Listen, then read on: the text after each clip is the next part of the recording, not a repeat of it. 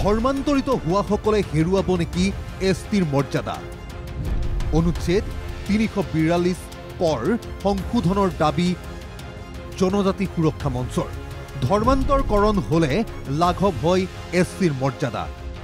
যদি এছটিৰ ক্ষেত্ৰত সেয়া সম্ভৱ, এছটিৰ ক্ষেত্ৰত কিয় অসম্ভৱ? শেহতীয়াকৈ পুনৰ চৰ্চালৈ আহিছে ধৰ্মান্তকৰণৰ প্ৰসংগ।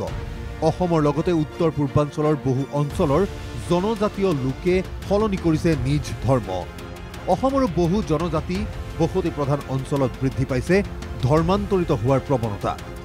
ধৰ্ম সলনি কৰাৰ পাছতো অনুসূচিত জনজাতিয়ে লাভ কৰা সুবিধাক লৈ সৃষ্টি হৈছে বিতৰ্কৰ।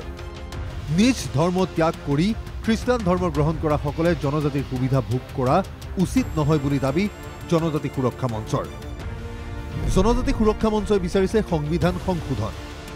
RSSৰে ঘনিষ্ঠ এই জনজাতি সংগঠন যে জনজাতিৰ ঐতিহ্য সংস্কৃতি সুৰক্ষা কৰাৰ স্বাৰ্থত সংবিধানৰ ৩৪২ অনুচ্ছেদ আৰ্টিকল 342 সংশোধন কৰিব লাগে।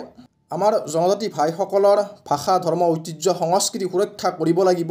যিসকলে জনজাতিৰ ধৰ্ম ঐতিহ্য সংস্কৃতি পৰিত্যাগ কৰি বিদেশী ধৰ্ম বা এটা বিদেশী ৱে অফ লাইফ আঁকোৱালি লয়, সেইসকলে জনজাতিৰ বৈশিষ্ট্য হেৰুওৱাৰ পিছত জনজাতিৰ কাৰণে থকা অধিকাৰ ভোগ কৰি থকা উচিত নহয়, পোৱা উচিত নহয়।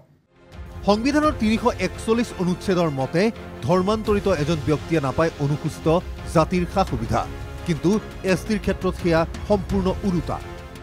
আৰু কোনো এজন অনুসূচিত জাতিৰ ব্যক্তি লোক যদি কনভাৰ্ট হয়, অৰ্থাৎ ধৰ্মান্তৰকৰণ হয়, অন্য ধৰ্মলৈকে যায়, হিন্দু ধৰ্মৰ পৰা যদি খ্ৰীষ্টিয়ান বা অন্য ধৰ্মলৈকে যায়, তেতিয়াহ'লে তেওঁলোকৰ যিটো SC যিটো ষ্টেটাছ, অনুসূচিত জাতিৰ যিটো মৰ্যাদা, সেই মৰ্যাদাটো কৰ্তন হয়।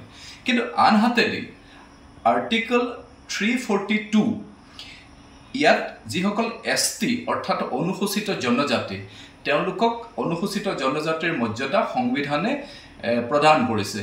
কিন্তু তেওঁলোকে যদি কনভাৰ্ট হয়, তথা তেওঁলোকে দুটাই মৰ্যাদা তেওঁলোকে পায়, দুই ধৰণৰ সুবিধা পায়। এক হৈছে ধৰ্ম সলনি কৰা এছটিৰ লোকৰ পৰা এছটিৰ মৰ্যাদা কৰ্তনৰ দাবী উত্থাপন কৰিছে সংগঠনটোৱে।